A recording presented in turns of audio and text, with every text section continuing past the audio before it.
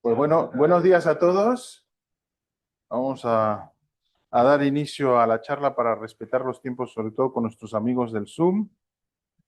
11 en punto y para mí es un gran gusto arrancar el año 2026 con el ciclo de conferencias, dándole la palabra a Julio Pascual Santos, que es doctor en medicina por la Universidad Complutense y la Universidad de Alcalá, especialista en nefrología y ha trabajado, aquí vamos a cortar un poco a petición Sí. suya, en diferentes sitios, pero el último de ellos, el Hospital 12 de Octubre, donde fue director médico. Y actualmente es director de la División Salud en España de la consultora Deloitte, lo cual pues es un cambio de carrera muy interesante que hemos conversado brevemente. Al margen de esos logros profesionales, es investigador y graduado en Historia del Arte y máster en Investigación en Humanidades por la UNED. Y su interés filatélico comenzó desde muy tempranos años coleccionando sellos usados y posteriormente nuevos de España y otros países europeos, progresando en el conocimiento de la historia postal y en particular de Madrid. Ha expuesto en Exfilna 2004-2005, es un destacado miembro de SOFIMA, y después de un paréntesis regresa con fuerza y expuso en 2025 en Exfilna, de tal manera que tuvo una medalla de Vermeil grande y ahora nos va a contar gran parte de eso y lo que recibiremos también el 22 de febrero para la 15. segunda parte, el 15, perdona, el 15 de febrero para la segunda parte. Bienvenido. Muchas gracias, Carlos. Es un honor estar aquí y agradezco mucho la presencia un domingo por la mañana. Es duro, uno tiene planes alternativos y de repente se viene a ver una charla sobre el correo prefilatélico. Yo creo que es de las primeras veces que un madrileño se encarga de la historia postal de Madrid, porque en general los que se han interesado por este asunto y a los que tengo que dar testimonio y agradecimiento, porque son los que han hecho el trabajo durante décadas en este asunto, pues desde Anthony Cruz hasta Ramón Cortés de Haro, Jesús Sitjar, pues no son madrileños. Entonces yo me honro en coleccionar Madrid desde la prefilatelia hasta los años 40-50 en diversos ámbitos. Lo que más me ha interesado hasta el momento es la prefilatelia desde la más antigua. Tengo que agradecer a David González Corchado algunos consejos que me ha dado en todo este ámbito, que es muy oscuro, muy difícil, muy complejo, y nadie como él como él dice muy humildemente, es el tuerto en el país de los ciegos. Yo en esto me considero prácticamente un ciego y le agradezco mucho algunos consejos que me ha dado. Y bueno, este es un tema amplísimo. Necesariamente esta charla pues, va a ser una especie de picoteo, de ensaladilla. Cualquiera de los apartados de la charla daría para otra charla, daría para un tema monográfico. Y por eso pues, voy a tratar de darle una cierta unidad a algo que no es más, insisto, que un picoteo. Como bien sabéis, el correo nace de la necesidad de los reyes, los emperadores, de comunicarse con sus posesiones a distancia y de la necesidad de transacciones comerciales entre particulares. Hasta finales del siglo XVI, principios del XVII, el correo no se organiza y no se establece como un normal servicio público, sino que simplemente es una actividad al servicio del rey y de la administración. Los correos no eran periódicos, sus salidas no respondían más que a las necesidades de la corte y los particulares se servían para su correspondencia de viajeros o mercaderes que por un trato privado les llevaban las cartas. Durante el reinado de Felipe II, como tantas otras cosas en el Reino de España, el servicio de correos se establece, se organiza periódicamente y un hito esencial es la creación de las estafetas en 1576. Este año se cumple el 350 aniversario y debería haber un sello conmemorativo de esto, porque es un hito en la organización del correo español. Se normalizan las expediciones periódicas, que ahora son rutina y que llevan siendo rutina siglos, recorridos preestablecidos y eficaces. La primera fue de Madrid a Valladolid, pasando por Medina del Campo. Pocos años después ya se establece el correo quincenal desde la corte a Génova, Milán, Roma y Nápoles. y durante el siglo XVII se abarata el porte, se establecen más expediciones, aumenta el número de cartas y se normaliza también el correo a Francia, Inglaterra, Holanda y Alemania.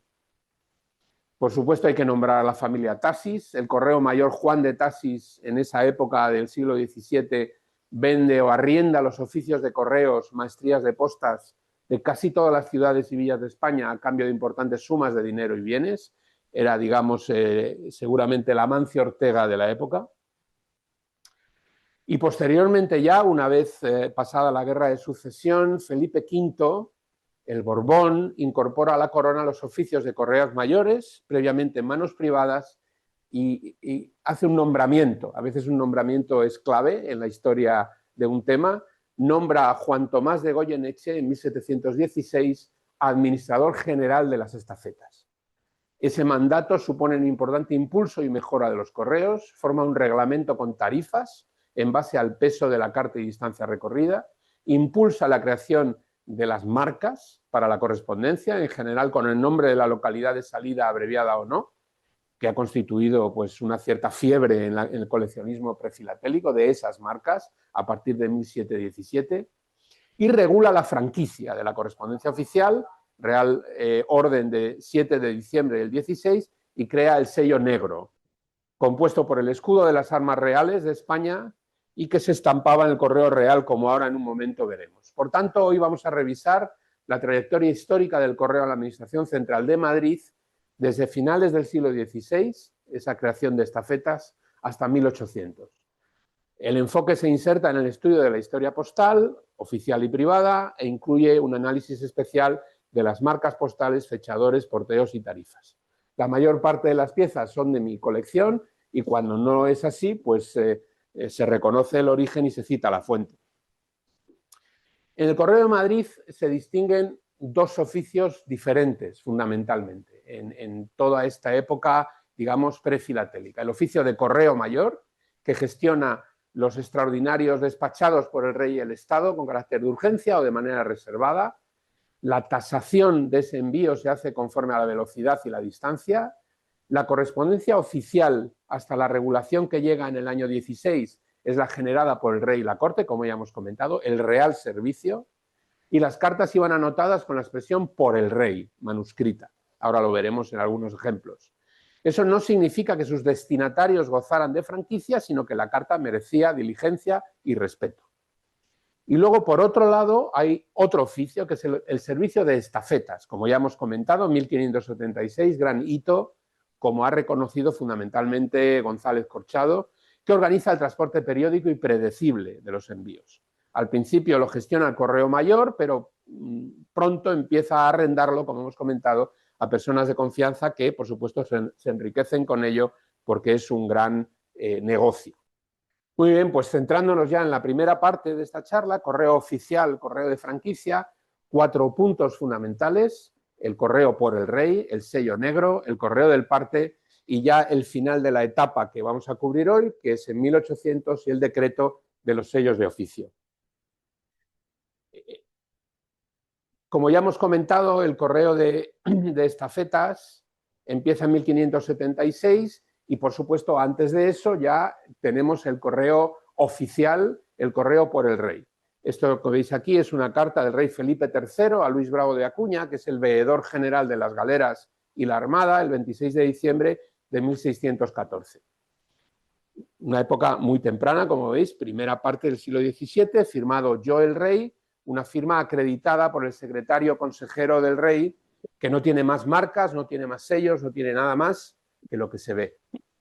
La corona pagaba por su correspondencia y los beneficiarios encargados eran, como he dicho, los correos mayores, además de las cartas remitidas a la corte y las cartas del Real Servicio, gozaban de franquicia, es decir, no pagaban sus envíos, corregidores y regidores de ciudades, inquisidores del Santo Oficio, religiosos de órdenes descalzas y frailes capuchinos, los propios correos mayores y algunas personas específicas que los propios, digamos, dueños del servicio decidían favorecer y generarles envíos gratis, ¿no?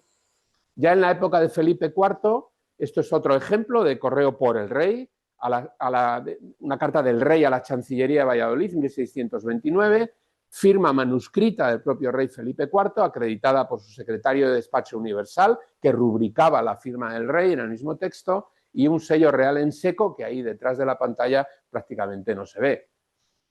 Las firmas en el interior de la correspondencia, las firmas yo, el rey, habitualmente refrendadas por los secretarios de despacho, con frecuencia no eran manuscritas por el rey una a una, sino que era un tampón. Curiosamente, hay muchas marcas que son idénticas y que son tampones que marcaban series amplias de cartas. Entre otras cosas, porque cada carta, en muchas ocasiones, se enviaba en diversas copias y por diversas rutas para asegurar que el mensaje le llegaba al destinatario. Y el rey no estaba todo el día firmando, sino que su secretario ponía el tampón y listo. Entramos en el hito de la primera marca que realmente servía para marcar la correspondencia, que es el sello negro. Felipe V decide revocar en buena medida los privilegios postales dedicados a los particulares y en la Real Orden del 7 de diciembre de 1716 unifica los criterios de derecho de franquicia para autoridades que gozaban de exención total o parcial de los portes. Ese decreto crea un sello, como veis ahí arriba en su forma de tampón, abajo el sello de Castilla y León, el escudo de armas, que se denomina sello negro y que se estampaba en el correo real y en los pliegos oficiales. Se utilizan diversos tipos, hay todo un catálogo de tipos de sellos negros, diversas interpretaciones, rodeado de un círculo simple o doble, siempre sin leyenda, simplemente el escudo de armas y la mayoría en tinta negra. Un extracto del texto del Real Decreto de Felipe V: es mi real ánimo que para estas cartas se distingan entre las demás y se entreguen francas, se estampe en su cubierta un sello de tinta que comprenderá el escudo real de Castilla y León. El sello negro, por tanto, es una marca de franquicia para la correspondencia del Estado, pero su uso no era privativo del rey y realmente no aportaba ninguna novedad significativa sobre lo que se iba haciendo hasta ese momento para hacer franca la correspondencia, salvo simplemente ilustrar la carta con un cuño nuevo. Aquí tenemos una carta 100 años anterior a ese decreto, una carta por el rey que no lleva, por supuesto, el sello negro, 1620, carta de Felipe III a Luis Bravo de Acuña, y a la derecha, 109 años después, una carta de Felipe V al obispo de Ávila el 28 de febrero de 1729, con la firma manuscrita por dentro del rey, sello seco en ambos casos, por el rey manuscrito en ambos casos, y allí ya con el sello negro que marcaba la correspondencia franquiciada, pero que realmente no establece una diferencia fundamental. Esta carta no pagaba, aquella carta no pagaba, simplemente aquella está marcada con el sello negro porque es posterior al Real Decreto que hacía eso obligatorio. A medida que avanza el siglo XVIII, y aunque se continúa utilizando el sello negro, pierde en buena medida y en muchos casos su valor como marca de franquicia y simplemente identifica la correspondencia oficial aunque el destinatario tuviera que pagar el porte. El sello simplemente ilustraba que la correspondencia era oficial y no privada. Aquí tenemos un ejemplo, una envuelta de carta dirigida al Obispado de Cádiz en Puerto Real, manuscrito por el rey, sello negro y un porteo 10 en rojo. Eso quiere decir pues, que el destinatario tenía que pagar, el obispo de Cádiz pagaba su recepción de esa carta con ese porteo 10, a la derecha otro caso similar. Como veis, un sello negro un poco diferente, que nos tapa un poquito la presentación, pero es igual. Es una envuelta a Álava, a Vitoria, manuscrito por el rey, sello negro, y un 8 de porteo manuscrito, 8 para una carta doble entre 6 y 8 darmes, que era la tarifa del reglamento de 1716, que más adelante veremos. Muchas gracias.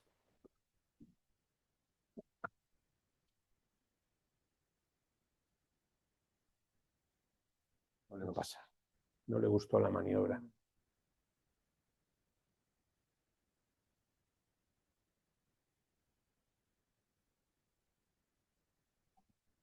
¿Sí? ¿Qué no pasa la diapo? No. Vamos. Ahora ya me funciona. Bien, aquí tenemos otro ejemplo, una carta a Perú, en honor de nuestro chairman, una envuelta de causas civiles 1788 al obispo de Arequipa, lacre de cierre, un sello negro, correspondencia por el rey, pero 13 de porte manuscrito, tenía que pagar, el destinatario no era una carta realmente franquiciada. Un hito fundamental, finales del siglo XVIII, es la publicación de las ordenanzas de 1794, que todos conocéis, y que en parte se publican para tratar de frenar los abusos y los problemas que daba la utilización de la franquicia por parte de multitud de personas, algunas que no tenían derecho a ello. El título 19 de las ordenanzas habla sobre los portes de cartas y pliegos, y el artículo 1 de ese título ordena que en todas las cubiertas y sobrescritos de cartas o pliegos, por sencillos que sean, se señalará el porte que se deba pagar por ellos con arreglo a la tarifa a la vista del público durante el despacho de ellas, como está mandado en el título de administradores. Y continúan los diversos artículos detallando que están libres de pago solo un número limitado de personas: secretarios de despacho y fiscales, gobernadores y fiscales de tribunales, los demás ministros de tribunales, y que tienen que pagar la carta, aunque se les limita la necesidad de recogerlas personalmente, se puede poner en lista, y no utilizarán su derecho de franquicia para enviar o recibir cartas de terceros o en nombre de otros, y solo se utilizarán para expedientes o procesos de oficio y nunca para pleitos entre particulares.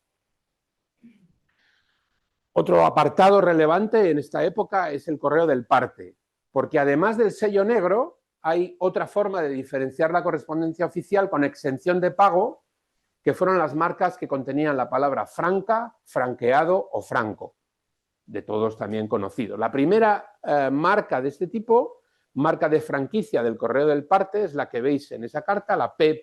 Franca, que aparece en 1768 y que se utiliza el resto del siglo, durante todo el siglo XVIII. Se estampa en color negro en la correspondencia de la familia real, ministros y demás cortesanos, cuando se encontraba en los reales sitios, en Aranjuez, El Escorial y San Ildefonso, y en general destinada a Madrid. No es desde la corte de Madrid, sino en general envíos desde los reales sitios a la propia capital.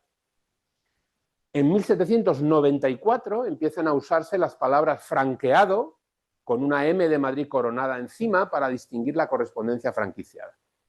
Se conocen 5 tipos diferentes de este M franqueado, y el único del siglo XVIII es este que os muestro aquí, con un uso conocido hasta 1804. Aquí tenéis el tipo que empieza, M franqueado, de nuevo una carta a Lima, desde Madrid a Lima, en la que tenemos por La Coruña, Cartagena y las aspas que se cruzan y el M franqueado. Esta carta no pagaba y no tenía ninguna otra marca. Curiosamente, a la derecha tenemos otra marca, otra carta muy similar, del mismo remitente y al mismo destinatario por la misma vía, por La Coruña, Cartagena, con un M franqueado, la cruz en aspa y la marca España de La Coruña en rojo. O sea que, bueno, en este caso se estampó la marca, en este no, cartas similares. Y allá a la derecha al fondo, pues una carta de Madrid a Génova en 1795 con ese tipo de M franqueado, que es el primero,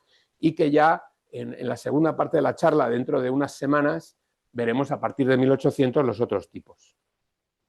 Finalmente, y para ya acabar con el problema, era un desideratum, realmente no ocurrió así, pero para intentar acabar con el problema del abuso de las franquicias, se promulga una Real Orden el 19 de mayo de 1799 que limita ya el uso de franquicia a los secretarios de Estado y de despacho en sus oficios.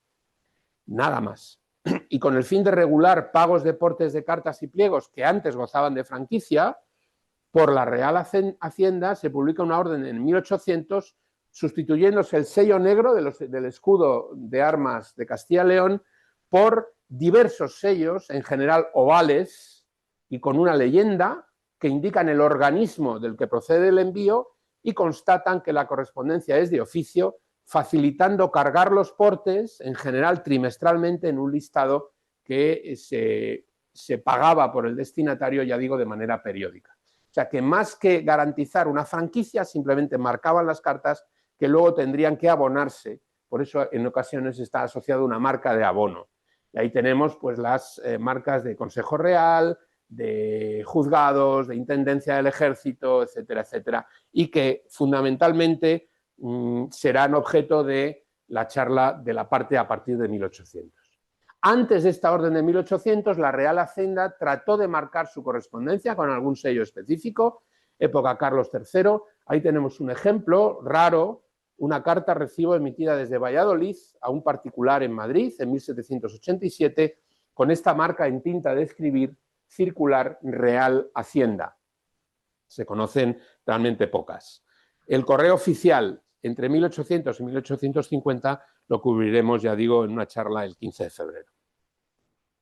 Para pasar a otro asunto ya, que es el correo privado, tenemos varios puntos en él. El primero de ellos, hablar de las marcas manuscritas, porque como bien sabéis, Madrid, en esa Real Orden de 1716, que describe la fabricación de cuños para marcar las cartas desde su origen con un nombre abreviado de la ciudad o villa de la que parten, hasta entonces, hasta 1716, las únicas marcas que existen son manuscritas.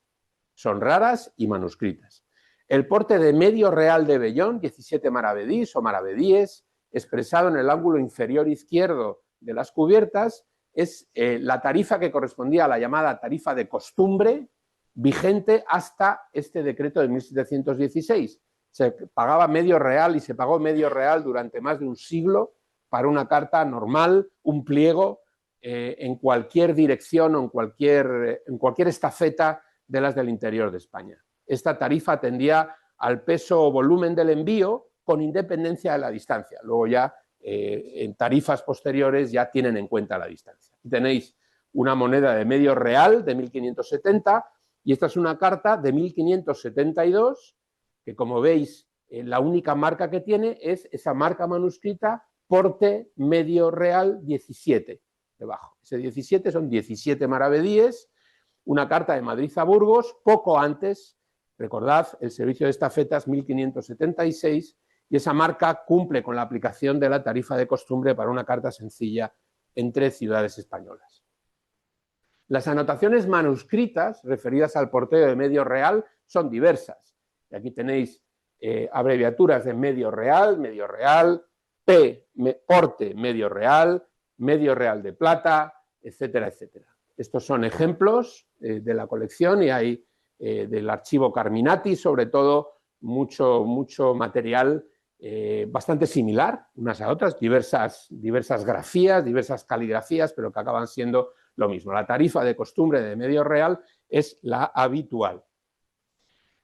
A pesar de que esa tarifa de costumbre es la habitual de medio real por pliego, hay multitud de otros portes, hasta 17 portes diferentes aplicados a la correspondencia en España, y además de esos 17 maravedíes, los portes de 8, 10 y 12 son los mayoritarios. Aquí tenemos un ejemplo de Toledo a Madrid, 1677, porteo manuscrito 8 maravedíes, y la interpretación de esos porteos denominados moderados o diminutos, moderados de 12, diminutos de 8, que prácticamente, si os dais cuenta, es incluso menos de la mitad de tarifa de costumbre, puede ser por dos motivos, estudiados a fondo también por David González Corchado. Si por una carta de un pliego se pagaba medio real, pues si el volumen era inferior, también se podía pagar de manera proporcionalmente menos por su conducción. Y las cartas recogidas en el camino por los postillones que corrían las estafetas de una ruta determinada, o por arrieros, o por viajeros ocasionales, podían portearse con una cantidad inferior a esa tarifa de costumbre. Aquí tenemos un porteo denominado diminuto, 8 maravedíes de Toledo a Madrid, el 16 de enero de 1657, tasa rebajando a algo menos de la mitad el importe de lo que era el porte para un envío de carta sencilla. Incluso con mucha frecuencia y por múltiples motivos, privilegios de franquicia, transporte dentro de pliego, mensajeros ocasionales, etcétera, las cartas llegaban al destinatario en Madrid sin ninguna marca especial, ni de origen, ni manuscrita de porteo, ni de nada. Aquí tenemos dos ejemplos de envíos desde Italia en 1669 y 1677, algunos lo denominarán fuera de valija. Sencillamente no se preocupaban en muchos casos de escribir ningún tipo de indicación ahí. Y en general, las cartas desde el extranjero hasta España se abonan obviamente en destino, y la ausencia de información del remitente, un remitente en Madrid, por ejemplo, que enviaba a Amberes, enviaba a Ámsterdam, enviaba a una ciudad francesa, etcétera, en muchas ocasiones ni sabía cuál era el porte que tenía que pagar el destinatario y colocaba una marca de porte indeterminado. Ponía una P, una cierta rúbrica de diversos motivos, que decía: esta carta tiene un porte debido, que no sé cuál es, no lo identifico aquí, no pongo si son tales o cuales cantidades, y simplemente pues coloco porte de Madrid, porte, PTE, todo tipo de marcas en el ángulo inferior izquierdo, en diversos ejemplos que tenéis aquí, con diversas abreviaturas indefinidas. No hay marcas de origen y hay simplemente indicación que es una carta que tiene que pagarse. Otro asunto muy relevante, motivo de importantes colecciones, son los encaminadores. Aunque no es habitual que el encaminador esté manuscrito en la carta, hay algunos ejemplos que sí. Presentamos aquí 3 ejemplos del siglo XVII con tránsito o destino a Madrid. El primero es una carta de Lisboa a Livorno, a Italia, el 24 de julio de 1685, a un señor que se llamaba Francisco Venturini y que está encaminada en Madrid por los señores Buini y Bargil, 9 de agosto de 1685. En el frente un porteo de 1,10, 2 barras paralelas tanto en el frente como en el dorso sugiriendo urgencia de ese porte, pero simplemente una marca manuscrita de encaminador. No son muy frecuentes, pero bueno, son curiosas. Una más simple que ninguna de las que yo haya visto es esta, una carta de Milán a Madrid, 29 de septiembre de 1655, con una marca manuscrita de encaminador con Miguel Sánchez. Yo no he visto ninguna más, es posible que haya más. Para mí esto es una pieza única. Y allí a la derecha una carta de Ámsterdam a Madrid, 26, está puesta al revés para que se pueda leer la marca de encaminador manuscrita, encaminada por mano de Adam Balonde y Ducornau en Bayona. La encaminan 17 de septiembre de 1669. Hay otras y que simplemente muestran una manera de conducir la correspondencia en mano de lo que luego pues, serían los cosarios, etcétera, etcétera, y que todos conocéis. Al contrario que en las ciudades españolas, prácticamente en todas, que generan esas marcas de cuño lineales, etcétera, algunas muy bonitas, ilustradas, etcétera, en Madrid esto no es habitual, sobre todo en la primera parte del siglo XVIII, y no hay marcas de origen, solamente hay marcas al paso de la frontera, a la llegada, marcas de porteo en destino, y en algunos casos pues se coloca la marca manuscrita de Madrid, como podéis ver ahí, es raro, no es habitual verlo, y esto es una pieza interesante también por ese motivo, porque es una carta de Madrid a Francia en 1729, porteo 42 soles a Madrid, o sea, de Madrid, con una marca manuscrita de origen. Y tras la aparición en toda Europa de las marcas lineales de origen, las marcas desde Madrid a Francia, a Países Bajos y otros territorios se marcaban con la marca de España o España, tanto en tránsito como en llegada, para identificar las cartas procedentes de ciudades españolas. Aquí tenéis 2 ejemplos, la de España de Madrid a Brujas o España de Madrid a Francia, 1806, porteo manuscrito 29. Son marcas referidas a origen en Madrid. Otro capítulo importante de la perfilatelia española que bien ha estudiado David González Corchado se refiere a lo que se consideró hace tiempo, sobre todo por Jesús Sillá y otros, como la primera marca no manuscrita utilizada en Madrid. Se decía que era marca del correo. Finalmente, David ha sido capaz de identificar esta marca y otras muchas similares, utilizadas no por la vía habitual del correo, sino por mercaderes, comerciantes, financieros, para constatar la realización de un servicio de encaminamiento, conducción de la correspondencia a través de un agente comercial y digamos que esa era la marca de la gente. En este caso, cartas de la década de 1660-70, esta es una carta de Madrid en 1670 a Francisco Alonso Herrera, y dice el texto, y en su ausencia a don Francisco Ceberiche, porteo manuscrito, ahí tenéis debajo un real, y que identifica la mercancía asociada al pliego que lleva a la carta. Eso es, ya digo, fue controvertida cuando apareció, digamos, en el mercado filatélico, y ya digo, en un estudio muy riguroso de González Corchado se ha visto que son marcas de comerciantes. Y hay otras muchas. Esta es una carta de Roma, son cartas raras, pero que tiene una diversidad de marcas comerciales, digamos. Carta de Roma a Madrid, 1704, un porteo manuscrito, un real y un signum mercatoris del tipo G. David las ha catalogado de la A a la J en general. Ahí tenéis otra y aquí tenemos otros ejemplos. Esta es una carta de Vitoria a Madrid, un porteo manuscrito, como hemos visto ahí, un porteo reducido de 12 maravedíes y la marca de la Cruz de Santiago, que es un signum mercatoris tipo H, que es el mismo que esta, pero con la salvedad de que también tiene una marca, es, digamos, lo que en una exposición se diría mala calidad, pero claro, es que es pieza única. Entonces, la mala calidad a veces es la que tienes que mostrar, ¿no? Este es un frontal de doble uso de Pamplona a Madrid con una marca Pamplona y una Cruz de Santiago. Es raro que haya marcas del correo oficial habitual de una ciudad a otra y además un signum mercatoris. La que es realmente única es esta, que está en el reverso de este fragmento, de este frontal. Por el otro lado de este mismo es un envío a Antequera con otro signum mercatoris, el círculo de puntos con 3 cruces en el medio y porte manuscrito medio real. Y luego entramos en el gran capítulo de las marcas lineales diversas del Correo General de Madrid.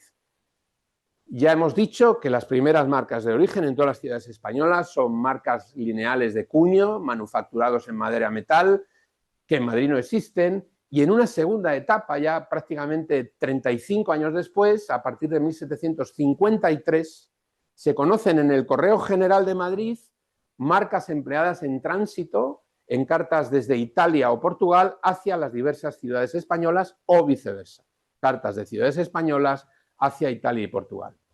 En la década entre 1753 y 63 se conoce esta marca, el Correo de Italia y de Madrid, que sirve para indicar el país de destino, Italia, Correo de Italia. De los 7 sobrescritos que se conocen, 6 de ellos van de Lisboa a Luca, o sea que es una marca especialmente rara. Esta carta, que no es de mi colección, aquí esto me lo tapa, pero lo reconozco, vendida en una subasta, yo no pude llegar al precio que se pagó por ella. Y a la derecha es otra que reproduce Ramón Cortés de Haro en su artículo Academus, que es de Madrid a Génova y es la única conocida estampada en origen. En Madrid se estampa la marca y se dirige a su destino en Italia. Un segundo tipo de marcas, algo más conocidas, son estas marcas en general en 3 líneas de diversos tamaños de letras con y sin punto tras Madrid. La primera es Coreo, con una R, Gral de Madrid. Se conoce entre 1756 y 1766. Hay una docena de cartas conocidas de Lisboa, Málaga, Sevilla, Alicante, Cádiz y Jerez, todos a Italia y con la marca siempre en tránsito y no de muy buena calidad en cuanto a su estampación.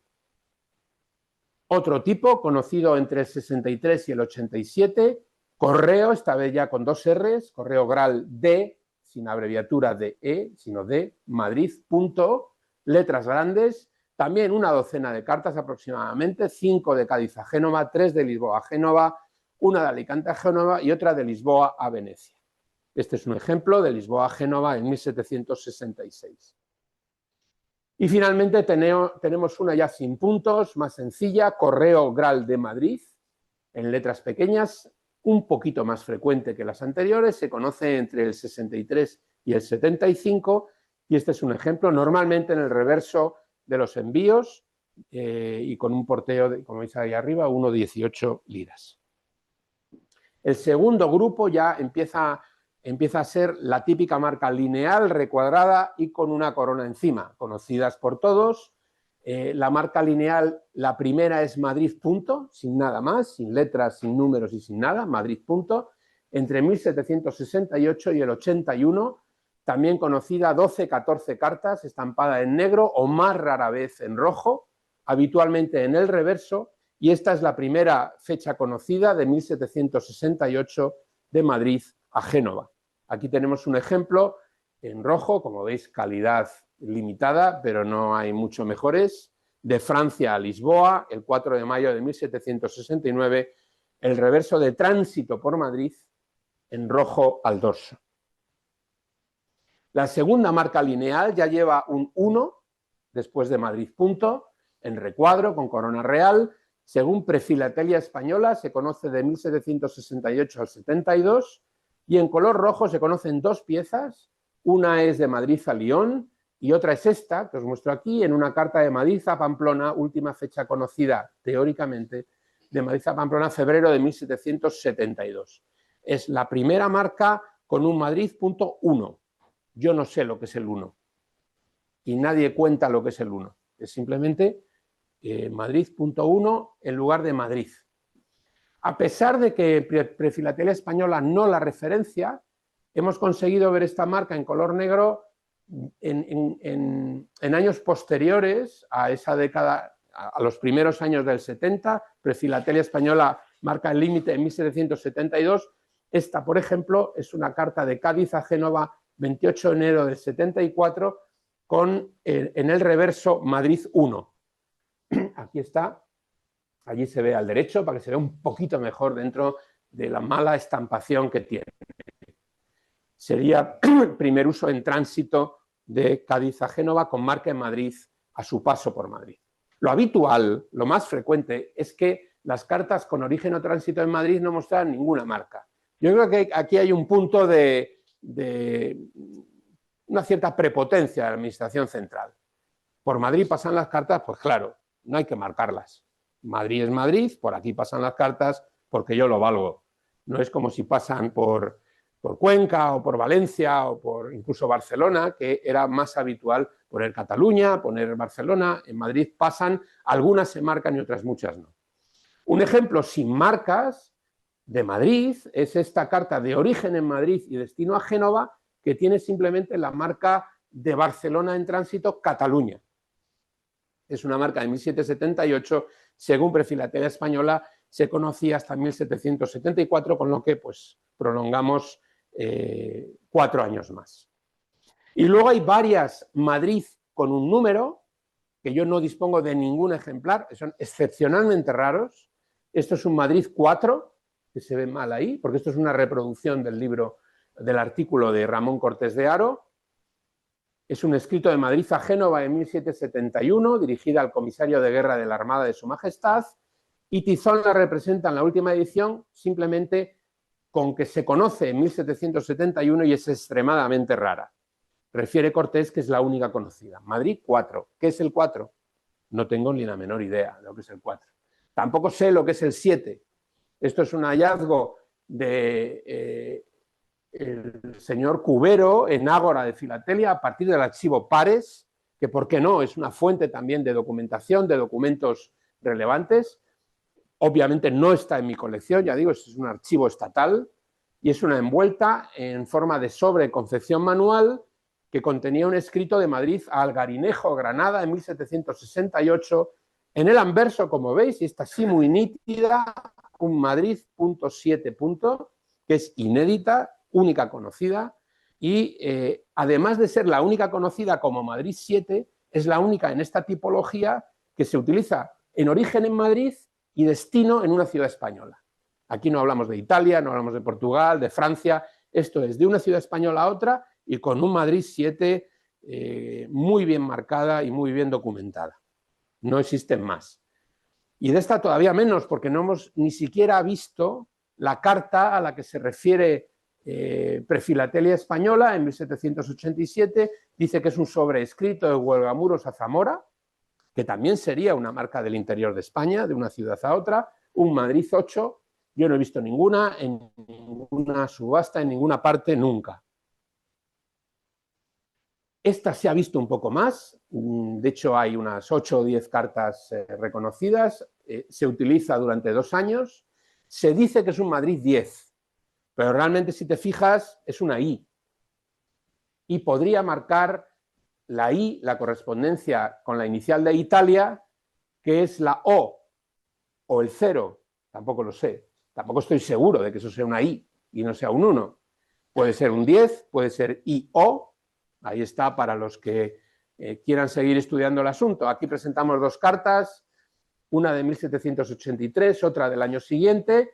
Al dorso marca de salida, son cartas de origen en Madrid, destino en Génova, con un Madrid 10 o un Madrid IO. Yo me mojo más por el IO, porque son todas las que se conocen son italianas, son hacia Italia, y podría significar que en ese periodo que es corto no hay ningún anterior o posterior a ese bienio fuera la correspondencia italiana. Claramente Madrid I es la más conocida, la más, digamos, frecuente, ese Madrid I en recuadro con corona lobulada, que representa la inicial de Italia. Yo mismo tengo 20, o sea que realmente es una marca vulgar. Si yo tengo 20 es que es muy vulgar. De 1785 a final del siglo XVIII. Incluso una que es la única que tenemos en el anverso del sobrescrito, en una carta de Madrid a Génova en 1801. Todas tienen su origen en España, menos 2 que son de origen portugués, y hay otras desde Madrid a Génova, Milán, y otras con origen en otras ciudades españolas hacia Italia. Esto es una carta curiosa. Sabéis que cuando decapitaron a Luis XVI comenzó una guerra entre España y Francia, de las 1500 que ha habido en la historia. 1793 al 95, la guerra de la Convención, el grueso de la correspondencia con Italia, que partía de Madrid, que históricamente se hacía por la vía de Francia, siguiendo el camino del correo de Italia, necesitó utilizar la alternativa de la vía de mar. Esto es una carta de inicio de ese periodo de guerra, Madrid a Génova. Aquí el remitente escribió por Barcelona y seguramente la administración de correos lo corrigieron a Bayona.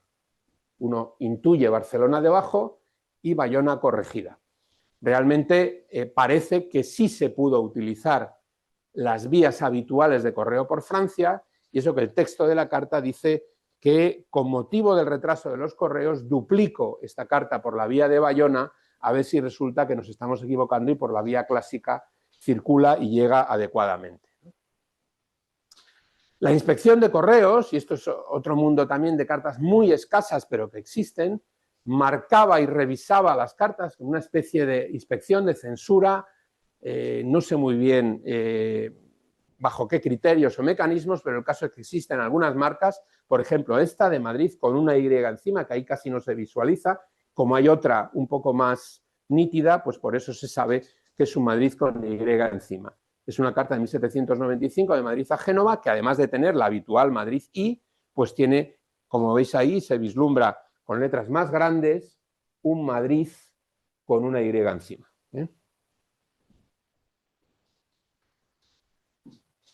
Y aquí está el tema del que conoce mucho más Ray Almeda, que es su especialidad, las listas, los apartados. A principios del 18 hay 2 tipos de listas. Esto ha sido motivo de charlas en esta sociedad y de artículos y de presentaciones en la academia. La única marca que se conoce relacionada con la lista de correos del Correo General de Madrid en el siglo XVIII es esa, la marca que conocéis, la marca de lista, un lineal de letras mayúsculas que fusiona la D y la E y luego la palabra lista. Presentamos la carta más temprana que se conoce, la primera fecha conocida de 27 de octubre de 1765, 6 reales para cartas a Italia, y lo unimos con los primeros fechadores, porque esa carta, que ahora comentaré, a una que tiene de lista y que tiene el fechador N8, 8 de noviembre, que también es la primera fecha conocida de ese fechador. O sea, que es una carta que aúna 2 cosas relevantes. Como bien sabéis, y es motivo de amplio coleccionismo de todo tipo, los fechadores son marcas para indicar el día de salida, la administración de origen o de llegada. El primer fechador lo fue en Madrid al dorso de sobrescritos o cartas que estampa la inicial del mes en una letra bien grande, la N de noviembre, por ejemplo, y el día, ambos grandes. Yo la conozco en cartas desde 1765, que es la que os he presentado antes, a 1772.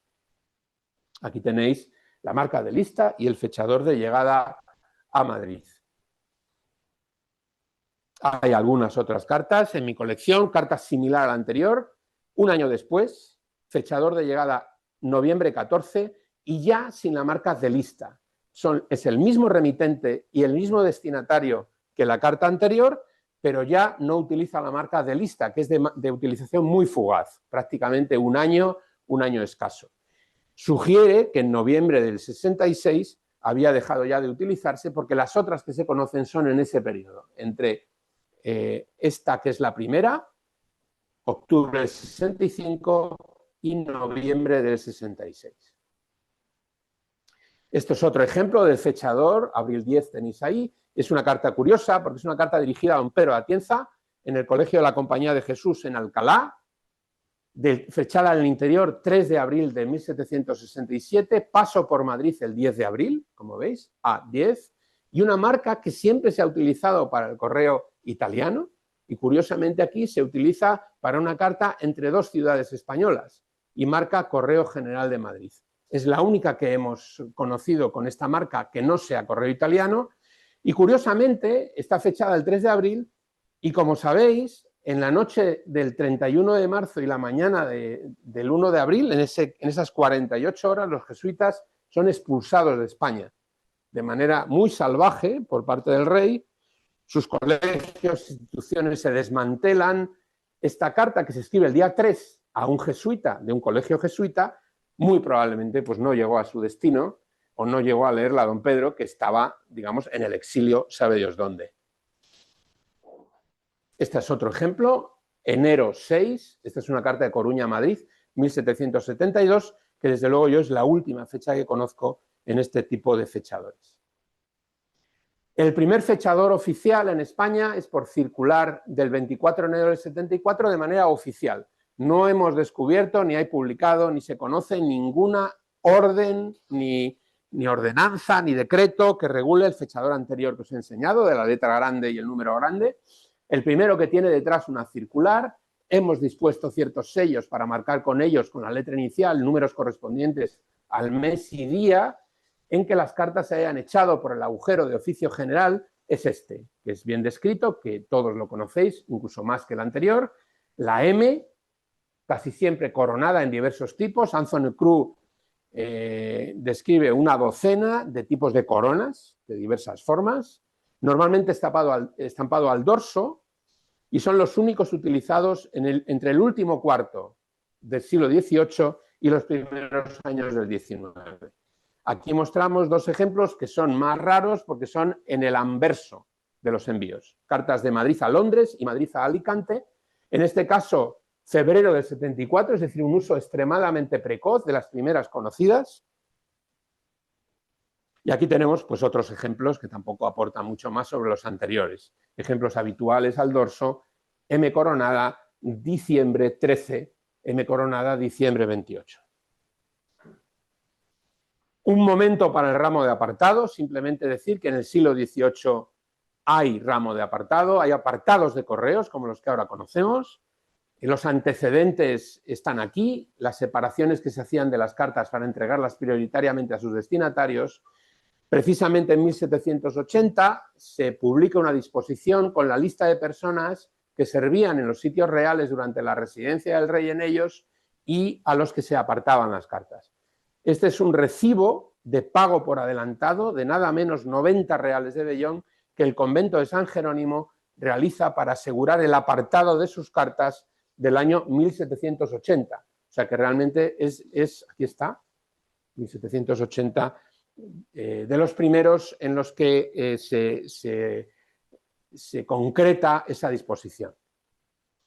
Luego pasamos a las diversas marcas de procedencia de países europeos a partir de 1779, marcas de Holanda, como veis, que son de llegada a Madrid habitualmente, en este caso estampada 2 veces. Esta es la última fecha conocida de Holanda, 1796. Tenemos de Inglaterra, aquí tenéis, paso por Francia con d'Angleterre, y aquí Inglaterra, de llegada a Madrid, primera fecha conocida.